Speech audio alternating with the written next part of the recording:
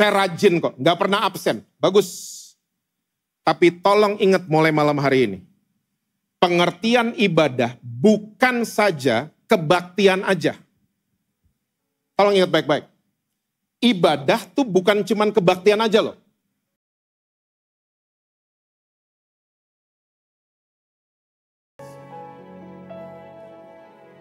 Kami perlu akan Engkau Tuhan. Kami nggak bisa jalan sendiri. Kami perlu dituntun setiap hari oleh firman-Mu, oleh pribadi-Mu yang dahsyat dalam kehidupan kami. Ampuni kami Tuhan kalau kami suka melupakan Engkau dalam setiap keputusan yang kami ambil. Mari malam hari ini bicara buat kami. Terobosi kami Tuhan, tegur kami, koreksi kami.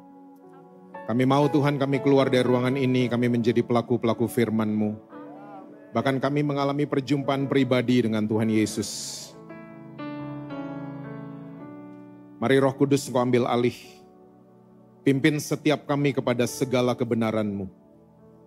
Kami siap mendengar saat ini hanya di dalam satu nama yang berkuasa, yaitu nama Tuhan Yesus Kristus. Amin. Amin. Silakan duduk. Saudara mau berdiri juga boleh. Boleh kasih tepuk tangan yang dahsyat buat tim Praise and Worship kita. Shalom saudara-saudara semua. Apa kabar saudara-saudara?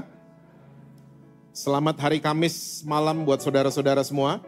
Saya percaya Tuhan Yesus selalu baik buat kita semua.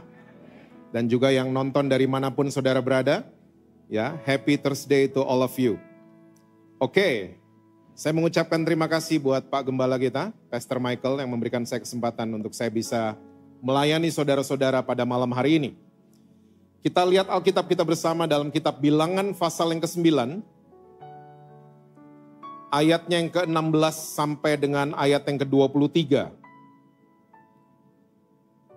Bilangan pasal yang ke-9, saudara masih ingat Bilangan 9? Itu sesudah Bilangan 8. Bilangan 9 ayat yang ke-16 sampai 23 itu judul perikopnya Tiang Awan Memimpin Perjalanan Israel. Oke, Alkitab catat begini. Demikianlah selalu terjadi, awan itu menutupi kemah dan pada waktu malam kelihatan seperti api. Dan setiap kali awan itu naik dari atas kemah, maka orang Israel pun berangkatlah. Dan di tempat awan itu diam, di sanalah orang Israel berkemah. Atas titah Tuhan orang Israel berangkat dan atas titah Tuhan juga mereka berkemah.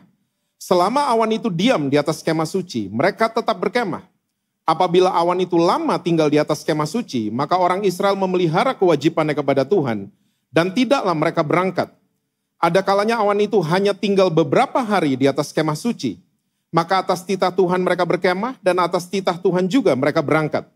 Ada kalanya awan itu tinggal dari petang sampai pagi. Ketika awan itu naik pada waktu pagi, mereka pun berangkatlah, baik pada waktu siang, baik pada waktu malam. Apabila awan itu naik, mereka pun berangkatlah. Berapa lama pun juga awan itu diam di atas kemah suci, baik 2 hari, baik sebulan, atau lebih lama. Maka orang Israel tetap berkemah dan tidak berangkat. Tapi apabila awan itu naik, barulah mereka berangkat. Atas titah Tuhan mereka berkemah dan atas titah Tuhan juga mereka berangkat. Mereka memelihara kewajibannya kepada Tuhan menurut titah Tuhan dengan perantaraan Musa.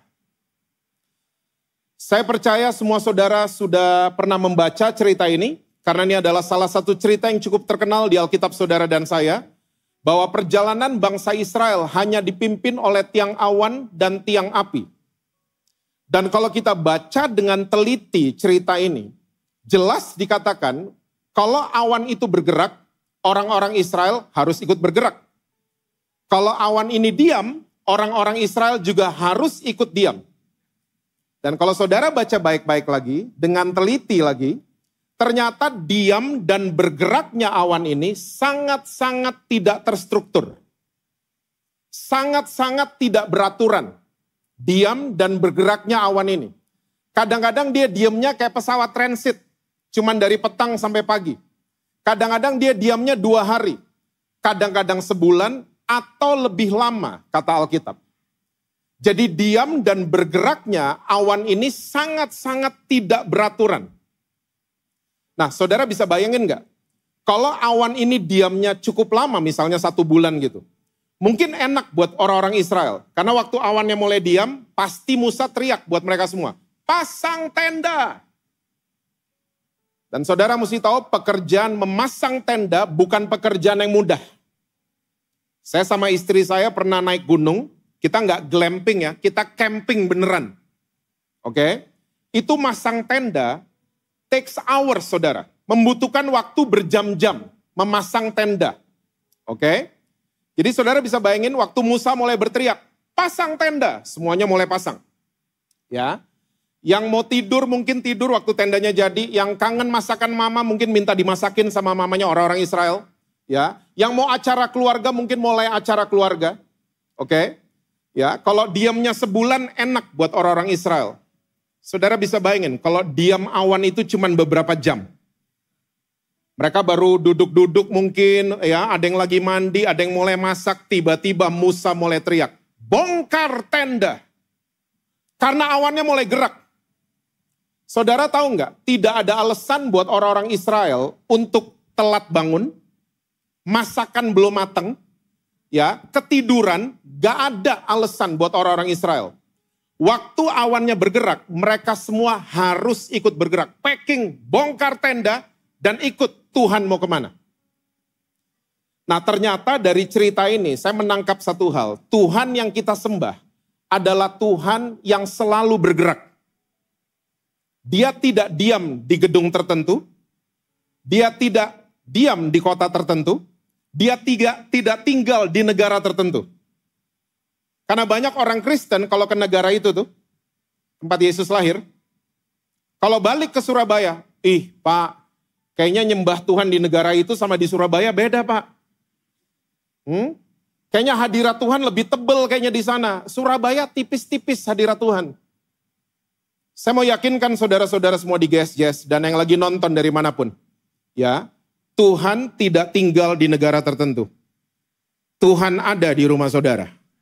Dia ada di ruang kerja saudara. Dia ada di toko saudara. Dia ada di pabrik saudara. Dia ada di mana-mana. Tugas kita adalah respect sama hadirat Tuhan. Bukan respect sama Tuhan di acara tertentu namanya kebaktian. Bukan. Waktu ke Israel baru respect sama Tuhan. Bukan begitu. Karena Tuhan yang kita sembah, dia selalu moving. Dia selalu bergerak. Tugas saudara dan saya adalah ikutin Tuhan mau kemana.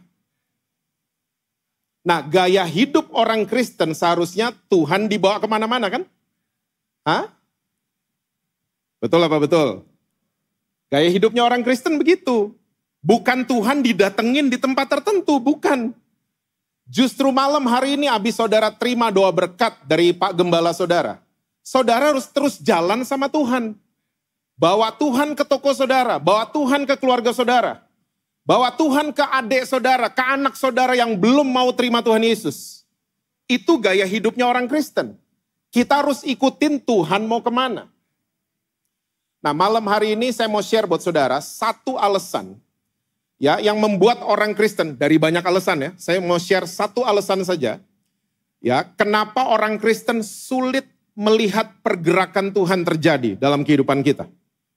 Oke, kita sulit melihat pergerakan Tuhan terjadi di usaha kita, di kantor kita, ya, di karir kita, di keluarga kita, dan seterusnya.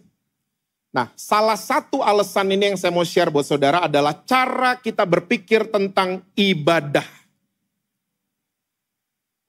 Coba, kita orang Kristen kalau dengar kata ibadah, apa yang mendarat di kepala kita? 3 lagu cepat, 2 lagu pelan, khotbah, pengumuman, ya, persembahan, doa berkat. Kita selalu kalau dengar kata ibadah yang mendarat di kepala kita, kalau saya boleh singkat, kebaktian. Itu yang mendarat di kepala kita. Dan kita berpikir, ya, dengan ikut kebaktian, saya udah cukup beribadah sama Tuhan. Saya rajin kok, gak pernah absen. Bagus. Tapi tolong ingat mulai malam hari ini. Pengertian ibadah bukan saja kebaktian aja. Tolong ingat baik-baik. ibadah tuh bukan cuman kebaktian aja loh. Hah? Dan akhirnya kita terjebak dengan rutinitas. Oke? Dan saudara mesti tahu di perjanjian lama ternyata Tuhan mulai benci apa yang namanya rutinitas. Yuk kita lihat Amos pasal yang kelima. Amos pasal yang kelima, ayat yang ke-21 sampai dengan ayat yang ke-24. Amos pasal yang kelima, saudara kalau punya judul perikopnya tuh ngeri loh. Ibadah Israel dibenci, ormas. Kalau ibadah kita cuma dibenci ormas, saya nggak takut. Tapi kalau hal ini terjadi, kita patut berpikir ulang. Ya, ibadah Israel dibenci sama Tuhan. Wow. Saya bacain buat saudara, ayat 21-24 ya. Aku membenci, aku menghinakan perayaanmu, dan aku tidak senang kepada perkumpulan rayamu. Sungguh apabila kamu mempersembahkan kepadaku korban-korban bakaran dan korban-korban sajianmu, aku tidak suka. Dan korban keselamatanmu berupa ternak yang tambun, aku tidak mau pandang. Jauhkanlah daripadaku keramaian nyanyian-nyanyianmu, lalu gambusmu tidak mau aku dengar. Ini dia alasannya, ayat 24. Tetapi biarlah keadilan bergulung-gulung seperti air dan kebenaran seperti sungai yang selalu mengalir. Ternyata waktu orang Israel ibadahnya cuman sifatnya rutinitas, Tuhan mulai gak suka. Karena apa? Tidak ada kebenaran Tuhan di sana. Tidak ada keadilan Tuhan di sana. Mereka cuman rutin. Mereka cuman emosi. Nah ini dia, hati-hati. Ya, dan ini sampai hari ini masih terjadi. Cuman GSJS yang gak ada. Banyak orang Kristen kalau kebaktian emosi. Hah? Kita mau berubah karena dengar dentuman sound system. Kita mau berubah. Emosi ternyata yang mau berubah. Pikiran gak pernah berubah. Kita dengar lagu pelan di kebaktian, mirip sama lagunya drakor.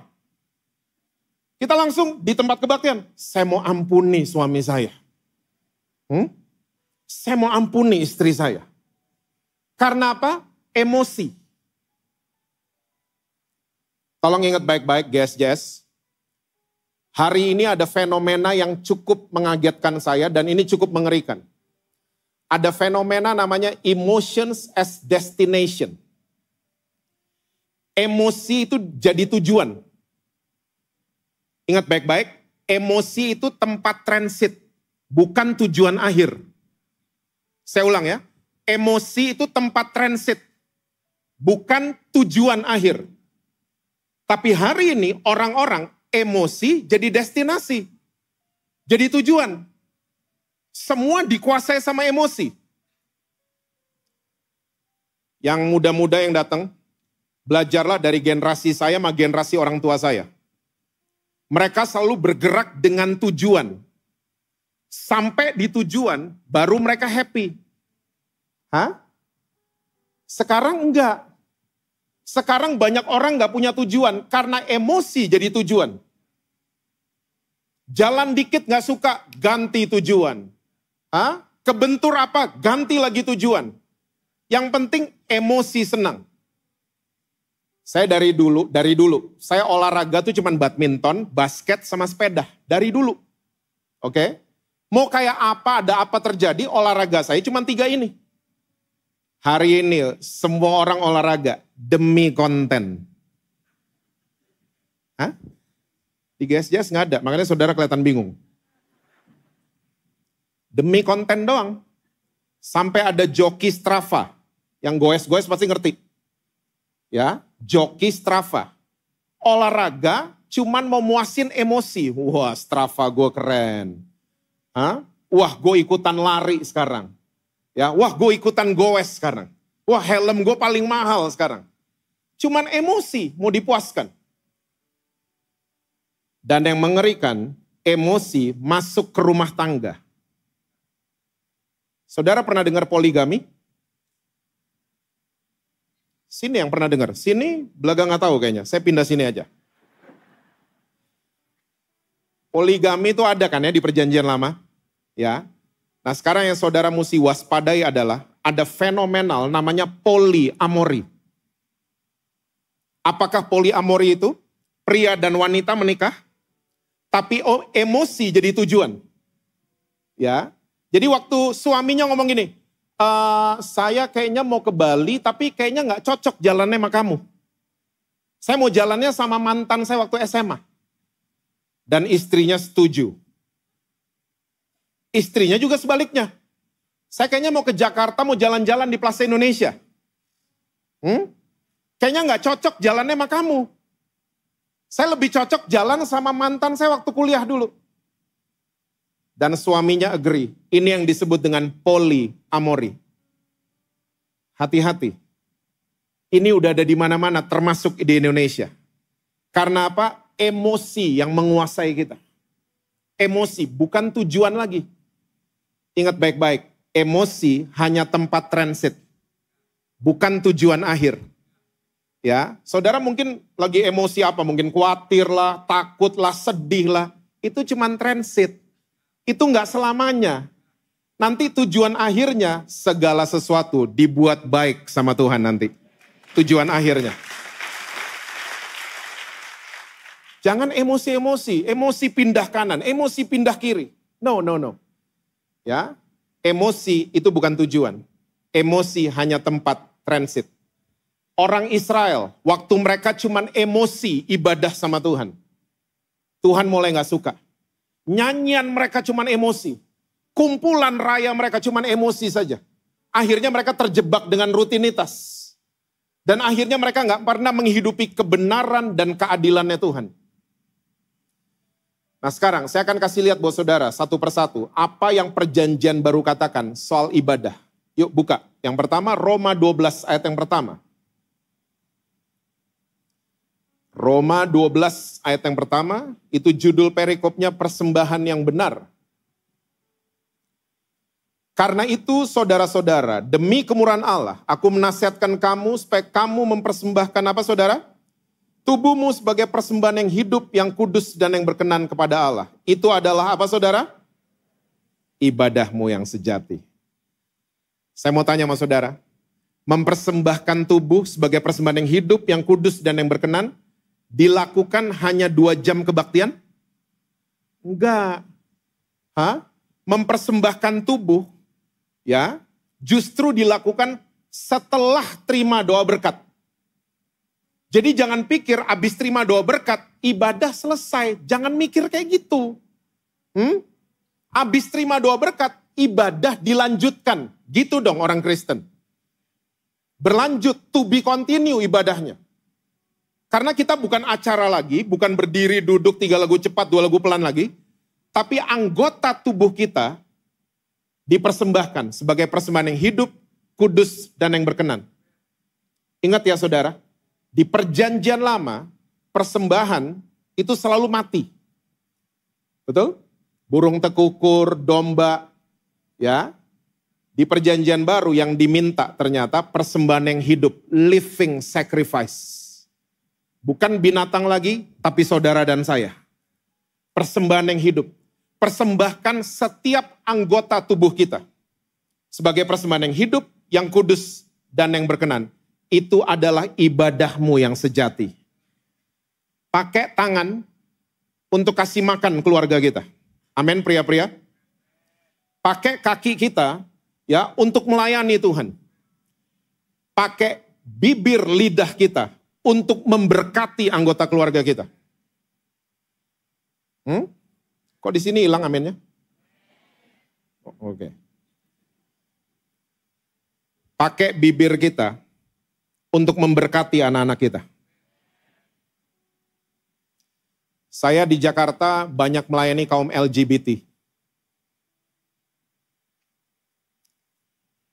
Ternyata banyak LGBT yang terluka karena verbal abuse.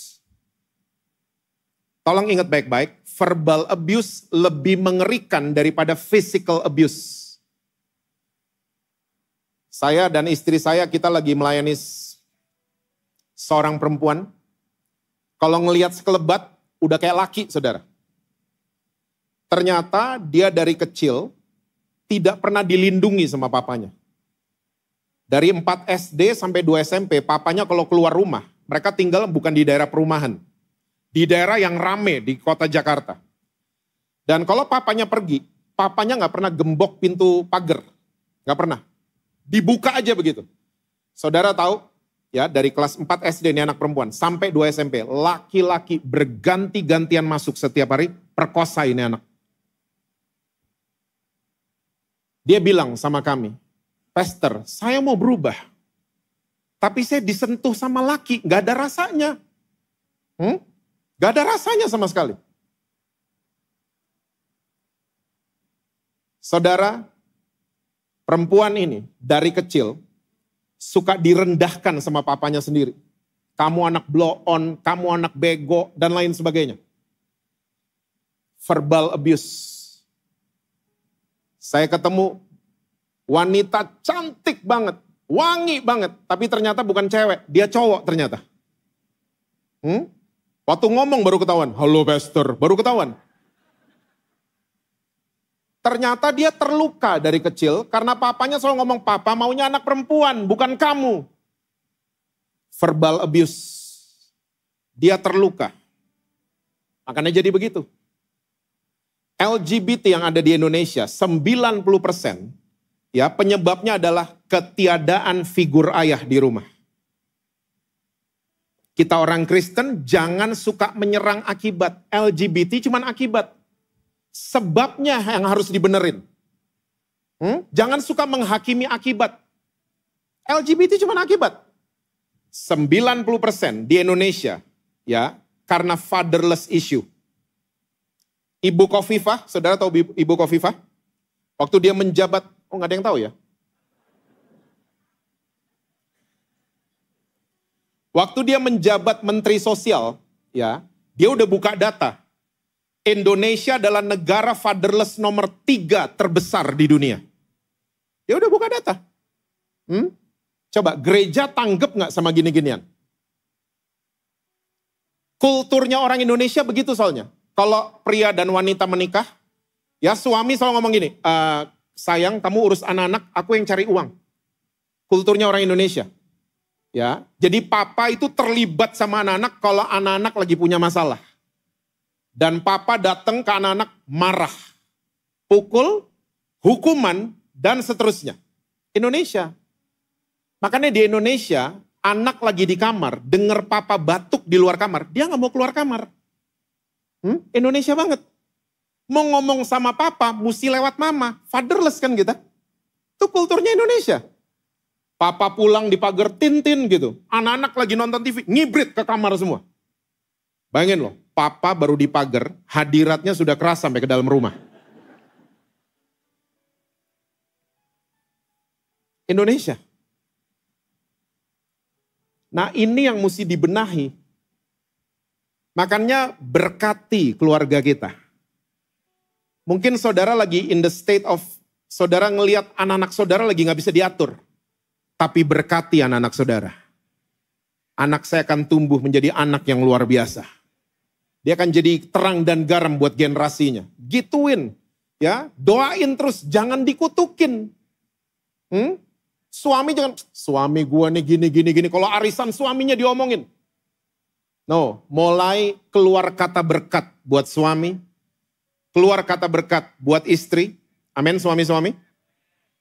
Kok ada suara perempuan? Keluar kata berkat buat anak cucu kita. Itu adalah ibadahmu yang sejati. Mempersembahkan anggota tubuh kita.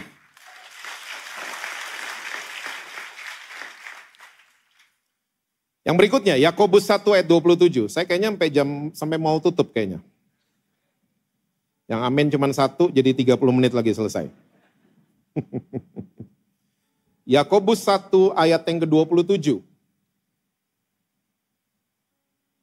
Ibadah yang murni dan yang tak bercacat di hadapan Allah Bapa kita ialah mengunjungi yatim piatu dan janda-janda dalam kesusahan mereka. Dan menjaga supaya dirinya sendiri tidak dicemarkan oleh dunia. Tolong yang pria-pria, kalau baca ayat ini jangan langsung ditelen. Bukan berarti habis baca ayat ini, kayaknya tetangga gue janda masih muda kayaknya tuh. Gue kayaknya habis kebaktian mau ke rumah dia kayaknya. No. It's a big no. Yakobus mencatat ayat ini, ya, konteksnya begini. Di zaman itu, janda dan yatim piatu adalah dua kelompok yang dibuang sama masyarakat. Kenapa? Karena kehilangan status. Ya, kehilangan suami sama kehilangan orang tua.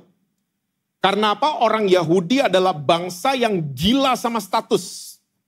Ya, semua mesti ada statusnya, semua mesti jelas. Kalau nggak jelas, dibuang sama mereka. Jadi maksudnya Yakobus itu begini, ibadah yang murni dan tak bercacat di hadapan Allah Bapa kita di surga adalah kalau kita mengunjungi orang-orang yang dibuang sama masyarakat. Itu maksudnya. Ya, kunjungi mereka dalam kesusahan mereka.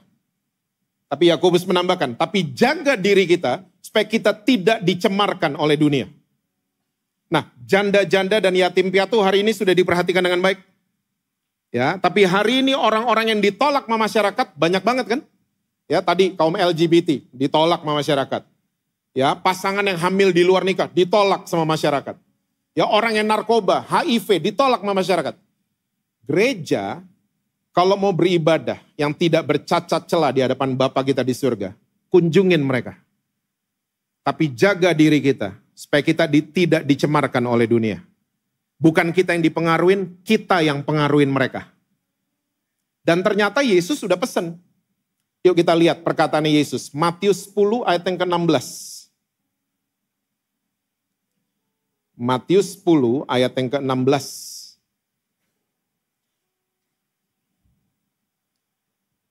Lihat, aku mengutus kamu seperti domba ke tengah-tengah serigala. Sebab itu hendaklah kamu cerdik seperti ular dan tulus seperti merpati. Yesus menyebutkan ada 4 binatang di situ. Dan kalimat pertamanya Yesus ini enggak banget. Ya, lihat aku mengutus engkau seperti domba ke tengah-tengah serigala. Enggak mungkin. Dombanya mati pasti.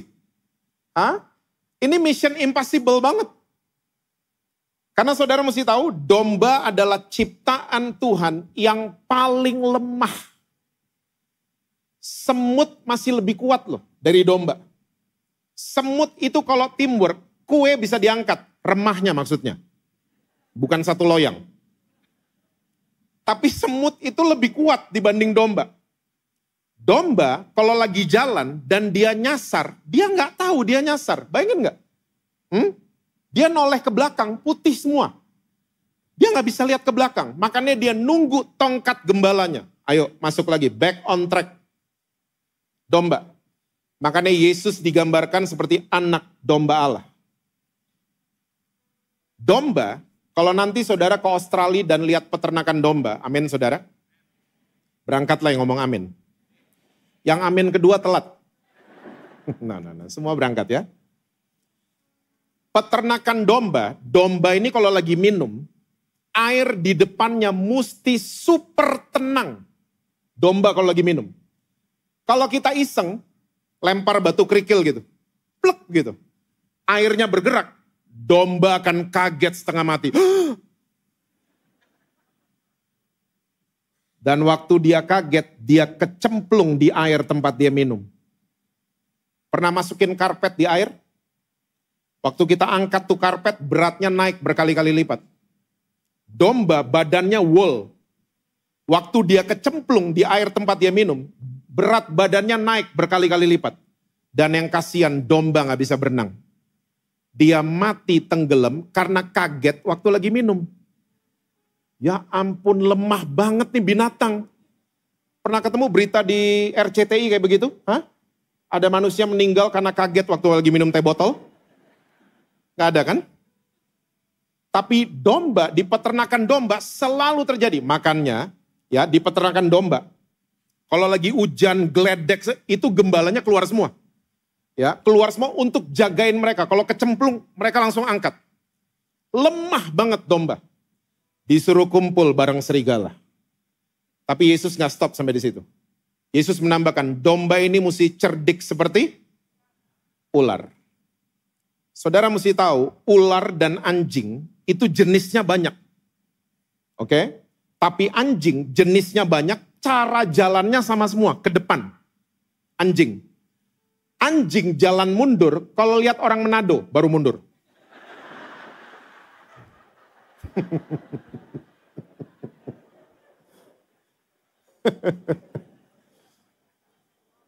Takut ditoki.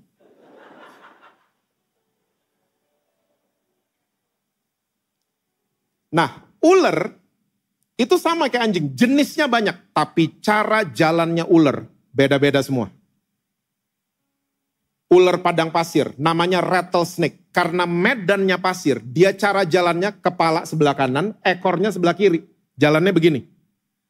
Ular naik pohon, karena medannya pohon, dililit dulu pohonnya sampai dia tiba di atas. Ular sawah, karena medannya tanah, licin sekali, dia jalannya pelan-pelan. Ular sawah. Cerdiknya ular adalah dia selalu menyesuaikan diri di medan mana dia berada. Itu cerdiknya ular. Kita orang Kristen udah lemah tapi kagak cerdik. Maunya jadi domba terus. Gak pernah cerdik kayak ular. Menyesuaikan diri di mana kita berada. Kita gak bisa menyesuaikan diri.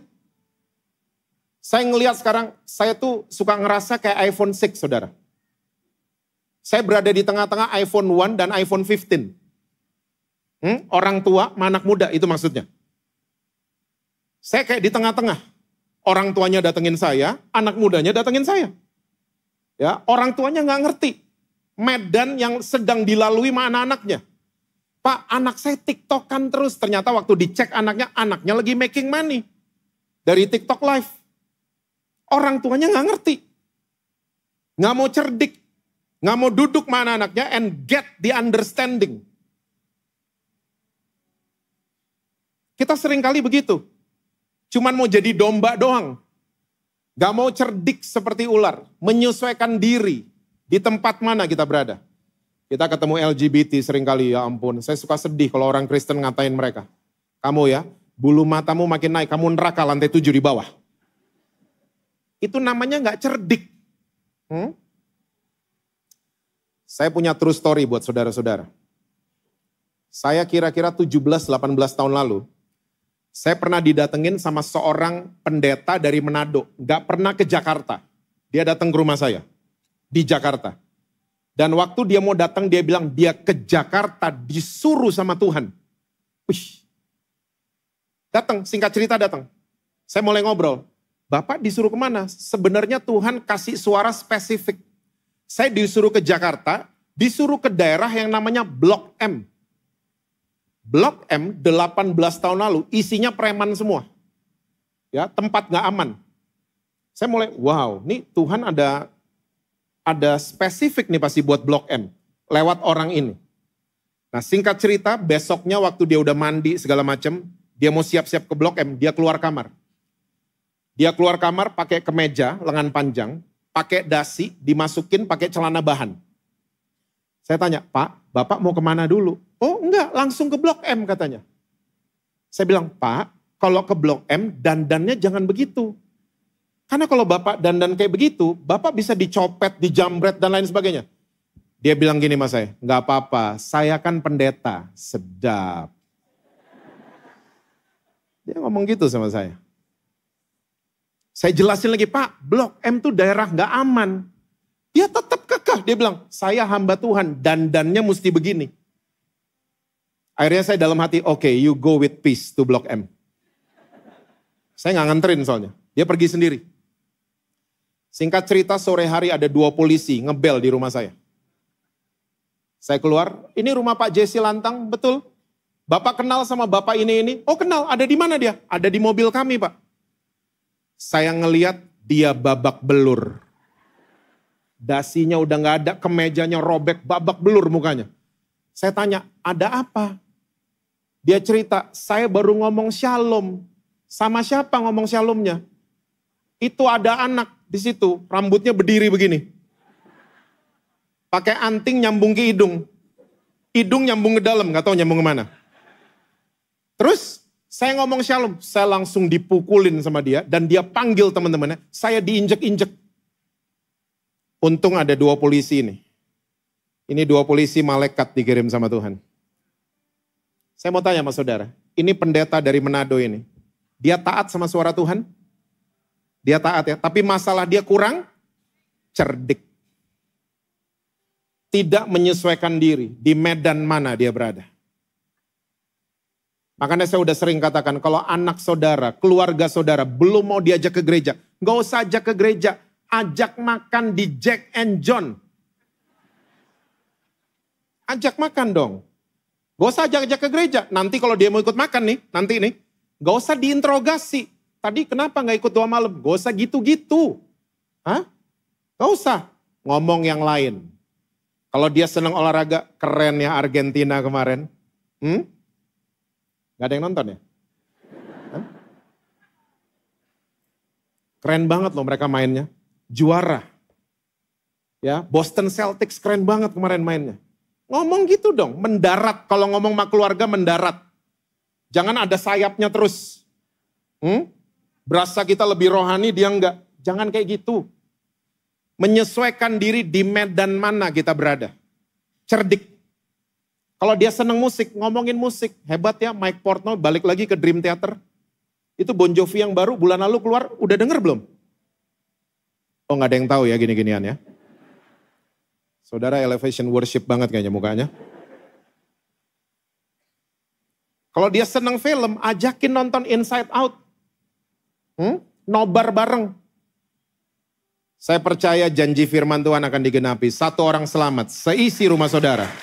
Tuhan akan selamatkan. Yesus menambahkan lagi. Walaupun cerdik seperti ular, mesti tulus seperti merpati. Kenapa ketulusan dilambangkan dengan merpati? Karena merpati adalah satu-satunya ciptaan Tuhan yang tidak ada empedunya. Pastor Michael pasti tahu. Ya, empedu itu untuk ngatur traffic makanan. Dan dia saluran pembuangan. Jadi empedu kalau badan manusia dibelek itu baunya gak karuan. Dan kalau coba dirasain pahitnya luar biasa.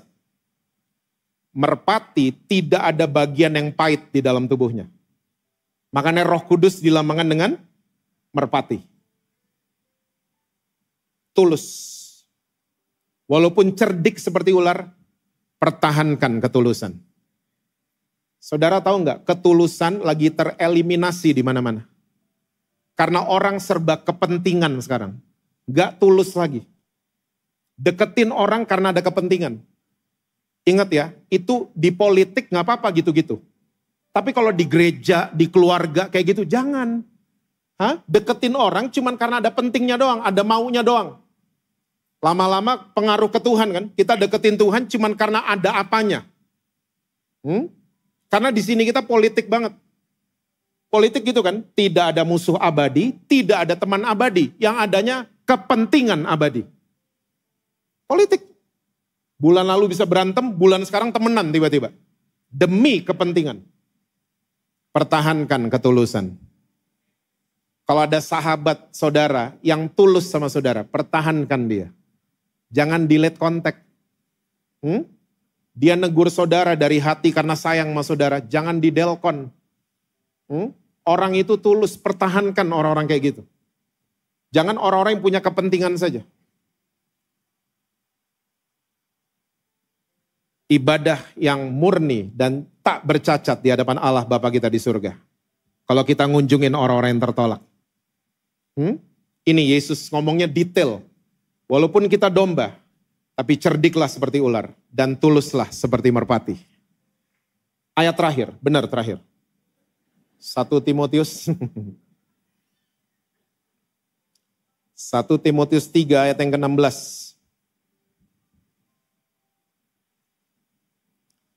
Ini semua catatannya Rasul Paulus adalah semua yang dibuat oleh Yesus. Dan sesungguhnya agunglah rahasia ibadah kita. Dia yang telah menyatakan dirinya dalam rupa manusia, dibenarkan dalam roh yang menampakkan dirinya kepada malaikat-malaikat, diberitakan di antara bangsa-bangsa yang tidak mengenal Allah, yang dipercaya di dalam dunia, diangkat dalam kemuliaan.